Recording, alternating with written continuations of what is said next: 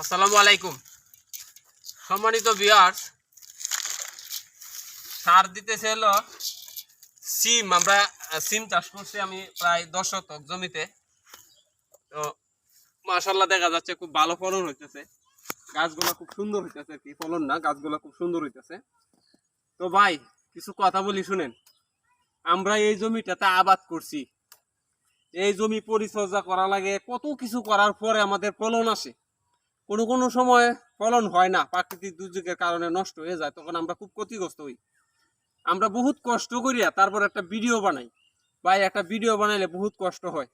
একটা ভিডিও বানাইতে গেলে এরকম দৃশ্যগুলা লাগে, এই দৃশ্যগুলা তৈরি করতে হয়। প্রাকৃতিক দৃশ্য বলেন বা আমরা যেটা বানাইতেছি বা চাষাবাদ করতেছি, আমরা চাষাবাদ করার পরে ভিডিওগুলা বানাই।